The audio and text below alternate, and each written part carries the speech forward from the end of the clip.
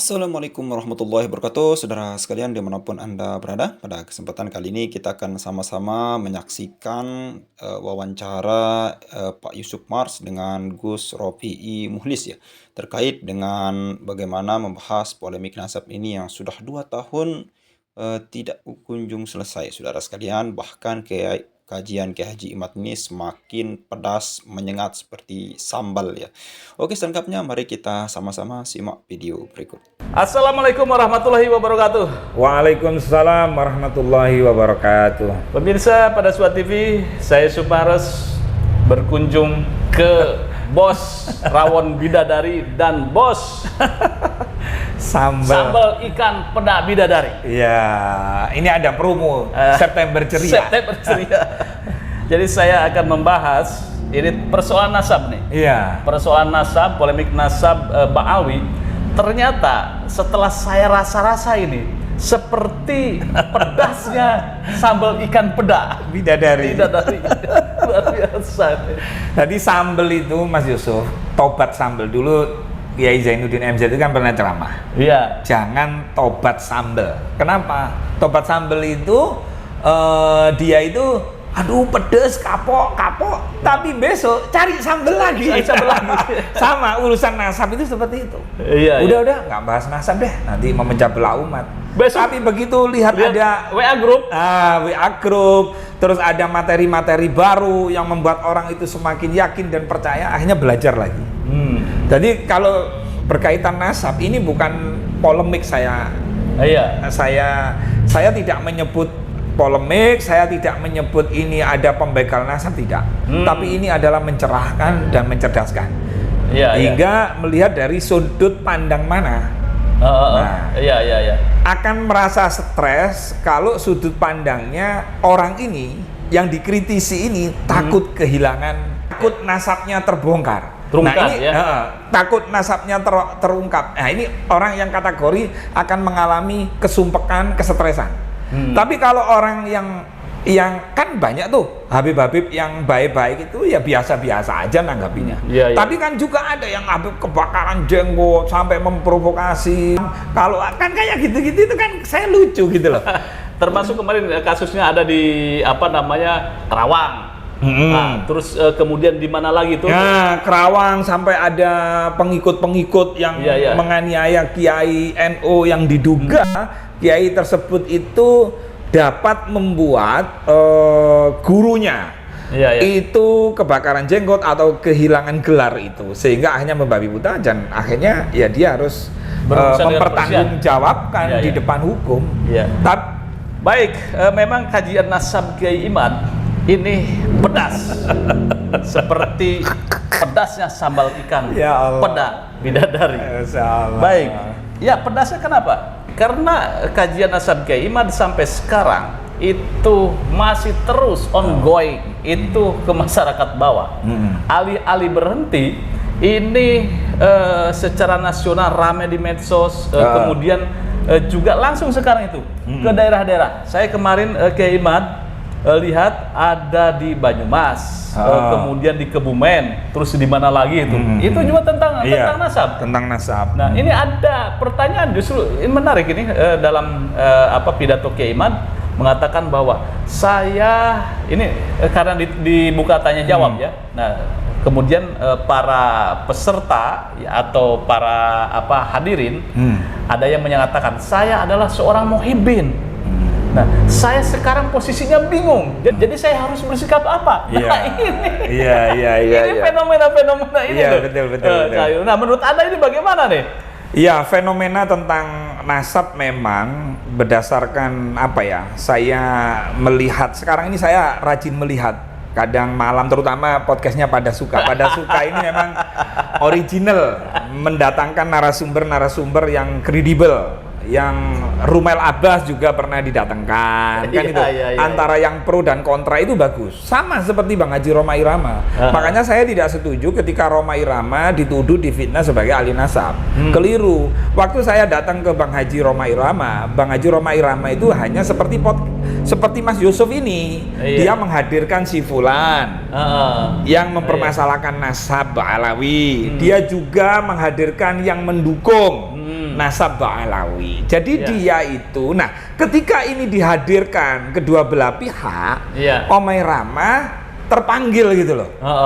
Menurut Bang Haji Roma Irama, kok yang mendekati kebenaran itu yang mempermasalahkan nasab Ba'alawi. Iya. Makanya terpanggillah. Karena Bang Haji Roma Irama ini kan juga banyak berteman ya dengan para habaib itu. Iya, Bersahabat di pilkada, di pilpres.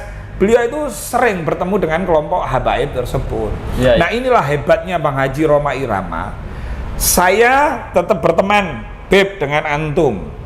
Tapi kalau urusan nasab, urusan antum ngaku dzurriyyahnya Rasulullah, nanti dulu. Nah itu loh kerennya Roma Irama. Dan itu patut kita contoh. Nah di NU itu kita tetap menghormati. Walaupun Habib misalnya yang katanya Yai Imaduddin, yang katanya Yai Said kan bilang, selama belum ada yang mampu menjawab tesisnya, kajiannya Yai Imad, maka Yai Imad masih dalam posisi kebenaran. Posisi kajian kiamat benar. Posisi Yai Imad benar. Sebelum ada yang merungkatkan. Begitu ya. Katanya Yai Said, monggo silakan. Kalau sampean Bib Rizik, Yai Bahar, Bib Taufik punya bukti-bukti yang bisa mematahkan kajiannya Yai Imad, silakan disampaikan.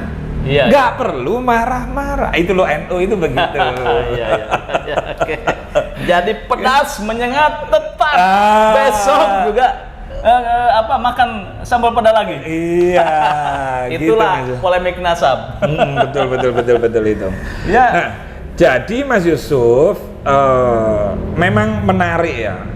Saya dulu sering pernah jadi EO, pernah jadi panitia, pernah berbicara mewakili majelisnya habaib. Dulu saya begitu karena kita nggak tahu waktu itu. Terus apakah ketika kita tahu terus kita benci sama mereka? Tidak.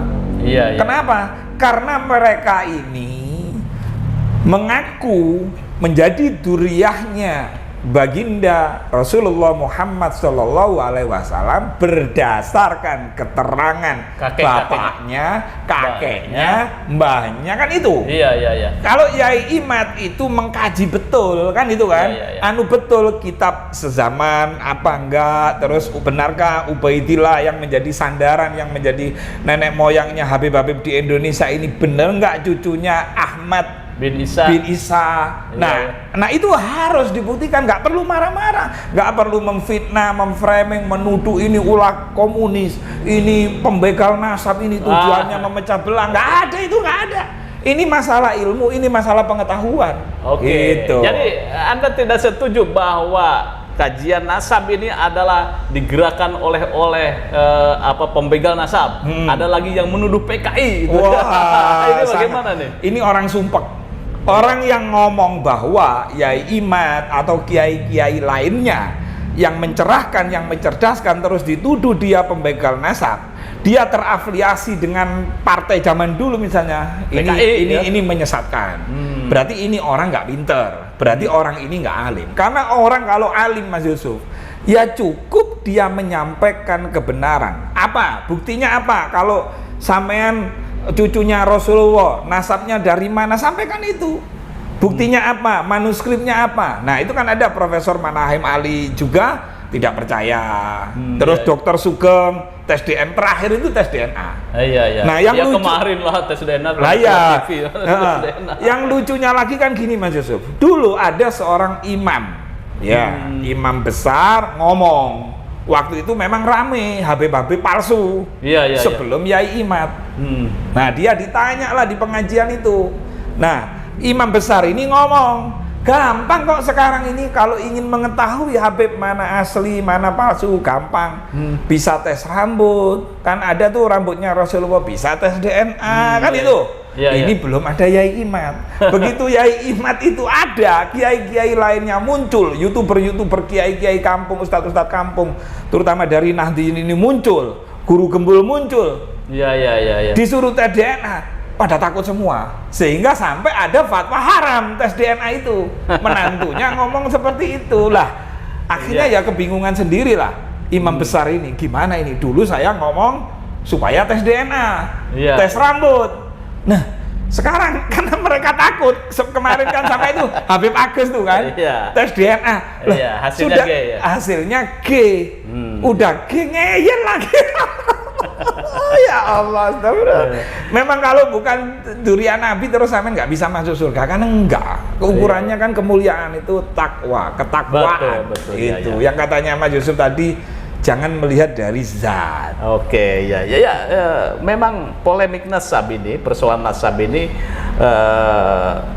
saya kira, kita kira ini pilpres usai sudah selesai. Ternyata ketika pilpres usai, ini tambah naik eskalasinya. Ini luar biasa. Karena apa? Semua orang mengkaji, semua orang penasaran. Sampai arus bawah itu, ketika Kiai Imad ke bawah itu ya, pengajian-pengajian, langsung bertanya, benar nggak kajiannya? Terus kemudian apakah sudah koordinasi dengan Robito? Apakah sudah melakukan dialog dengan Robito? Dan persoalan-persoalan di bawah itu banyak sekali pertanyaan-pertanyaan seputar nasab habaib. Kayaknya ini menjadi PR nih. Dan ini prediksi saya, persoalan nasab ini tidak akan selesai ini dalam jangka pendek. Nggak akan selesai sampai nanti imam besar ada atau tiada, persoalan nasab ini akan terus berjalan sampai menemukan yang namanya kejujuran. Iya.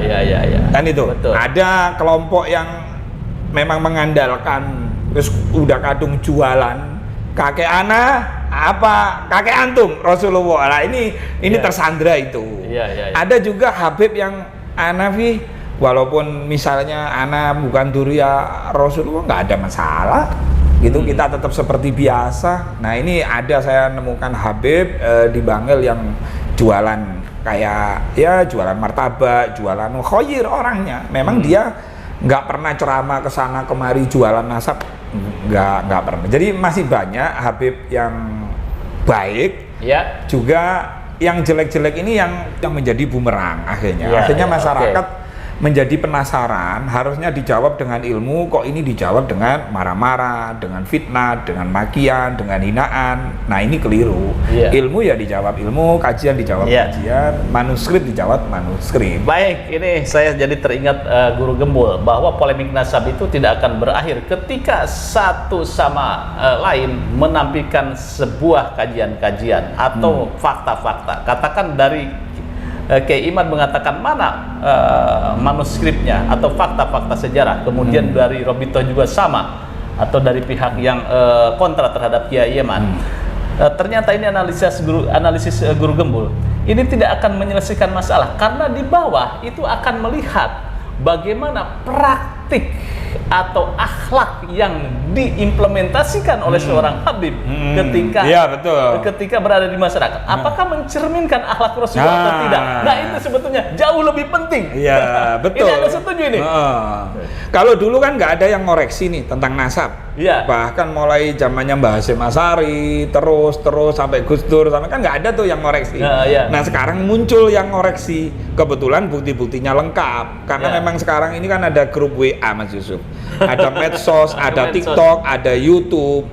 Jadi kadang-kadang gini, kenapa dulu zaman Mbah Hasyim memang beda zamannya. Jadi nggak seramai dulu kan, mau perbedaan itu siarnya di mana. Kalau sekarang pidato di YouTube-nya pada suka aja, sudah bisa dilihat bukan hanya Indonesia tapi sudah dunia gitu loh. Betul. Itu alasannya kenapa zaman Mbah Hasyim, zaman Mbah Kiai Sepuh itu kok menerima tentang kitab-kitabnya Ba'alawi kan gitu kan. Nggak bisa dibandingkan dengan kemunculan Kiai Imad dan kiai-kiai lainnya dengan kiai yang dulu. Nah, karena eranya memang berbeda. Sekarang ada tes DNA dan lain-lain seperti itu. Nah, yang penting poinnya Mas Yusuf, perbedaan ini adalah mencerdaskan sebenarnya. Jangan menjadi sebuah disintegrasi bangsa. Kalaupun misalnya nih ada Habib yang sudah baik nih, saya sudah baik, terus ternyata misalnya kelompok ini sudah ngaku deh, wes sudah saya bukan duriannya Nabi, terus apakah kita putus silaturahmi? Enggak. Tetap silaturahmi tetap terjalin dengan baik. Kenapa yang dimasalahkan kok bukan cucunya Nabi Dawud, Nabi Yusuf, kok Nabi Muhammad, kan itu kan? Karena memang ini manusia istimewa, jadi Yai Imad juga ingin menjaga marwah Rasulullah, karena bukan turunane yo ojo ngaku turunane, kan gitu. Oke, saudara sekalian, luar biasa sekali apa yang disampaikan oleh Gus Rofi Muhlis ya terkait dengan 2 tahun berlangsung kajian Kiai Haji Imaduddin ini sangat luar biasa sekali dan sangat menyadarkan kita bahwa dulu para Habib ini ketika berdakwah dan lain sebagainya semuanya rame-rame, ada Habib palsu, ada Habib asli, saudara sekalian. Dan ternyata setelah kita melihat kajian Kaji Imad, bahkan yang dikatakan Habib asli pun itu merupakan bukan Habib yang dari keturunan Nabi Muhammad SAW, saudara sekalian. Nah, berarti semuanya palsu, saudara sekalian. Nah, ini hal yang sangat menarik dari kajian Kaji Imaduddin, bahwa ketika muncul daripada pembatalan nasab daripada Habib ini, saudara sekalian, itu menyebabkan pendawiran, lalu kemudian dakwah-dakwah keras para habaib, kemudian kata-kata kotor, kata-kata mencaci, menghina, apalagi kepada presiden, saudara sekalian, itu sudah berkurang, saudara sekalian. Dilakukan oleh para oknum habaib yang memang dakwahnya itu keras, suka menyebut nama orang di depan umum, dan itu sering dilaporkan, saudara sekalian. Nah, sekarang dengan munculnya diskursus nasab ini yang digaungkan pertama kali oleh Kiai Haji Imaduddin dengan melalui tesisnya yang sangat fenomenal, saudara sekalian. Nah, ini menyebabkan mengurangnya daripada hal-hal yang dilakukan atau hal-hal negatif yang dilakukan oleh para habaib ini, saudara sekalian. Nah, dalam hal ini ada beberapa hal yang ingin kita sampaikan terkait dengan apa yang disampaikan oleh Gus Rofi'i Muhlis, saudara sekalian. Yang pertama yaitu orang yang kategori jadi stres itu jika dia takut kalau kepentingannya itu akan hilang, saudara sekalian. Nah, ternyata kajian Kiai Haji Imaduddin ini, apa yang disampaikan oleh beliau itu ternyata mendapatkan respon yang tidak baik dari para oknum-oknum habaib, saudara sekalian. Kenapa? Karena ya yang dikatakan hal yang dibatalkan nasabnya oleh Kiai Haji Imaduddin ini ada hal para Habib-Habib yang tenang-tenang saja, saudara sekalian, ya tidak terlalu memperdulikan, ya terserah mau percaya apa tidak, yang penting kami ada nasab dan lain sebagainya, itu terserah dan lain sebagainya, dan bisa dibuktikan. Dan ada Habib-Habib yang memang marah ya karena nasab mereka itu dibatalkan oleh Kiai Haji Imaduddin. Mereka marah, menanggapi dengan marah, bukan untuk mengkonter daripada apa yang dituduhkan oleh Kiai Haji Imad. Ya, bisa melalui tulisan dan sebagainya. Ini bahkan memframing atau menyerang pribadi dari Kiai Haji Imaduddin Utsman Al-Bantani, saudara sekalian. Itu yang pertama. Dan yang kedua, ada Habib yang biasa-biasa saja ya, seperti tadi ya, kalau jualan baju, jualan minyak, ya biasa-biasa saja. Toh juga pun ketika terbukti bahwa mereka ini bukan keturunan Nabi Muhammad SAW, jika kita sudah kedung berteman baik, saudara sekalian, ya kita tidak menutup kemungkinan untuk membencinya, saudara sekalian, karena dia bukan keturunan Nabi Muhammad. Ya kita tetap berteman baik, terlepas dari dia itu Habib apa bukan, saudara sekalian. Yang namanya kita masuk surga pun itu bukan karena nasab, saudara sekalian, bukan karena kita itu keturunan Nabi Muhammad, melainkan amal perbuatan kita dan ketakwaan kita, saudara sekalian. Tidak ada dia mentang-mentang keturunan Nabi Muhammad lalu kemudian kelakuan di dunianya tidak baik, lalu kemudian dia mendapatkan masuk surga VIP ya, meskipun kelakuannya tidak baik dan lain sebagainya, itu diampuni gara-gara apa? Gara-gara nasabnya. Tidak ada, saudara sekalian. Bahkan kalaupun Habib ini asli keturunan Nabi Muhammad, ketika dia berlaku buruk di masyarakat atau dimanapun, kalau akhlaknya tidak baik, itu pun mendapatkan dosa yang berlipat-lipat, saudara sekalian. Kenapa? Karena di samping dia menjadi cucu Nabi, juga kelakuannya tidak baik. Itu hal yang sangat luar biasa. Beda dosa orang yang mengetahui sama orang yang tidak mengetahui, saudara sekalian. Begitu pula pun pahalanya. Adapun Habib yang baik, berilmu, akhlak tutur katanya luar biasa, mirip seperti Nabi Muhammad.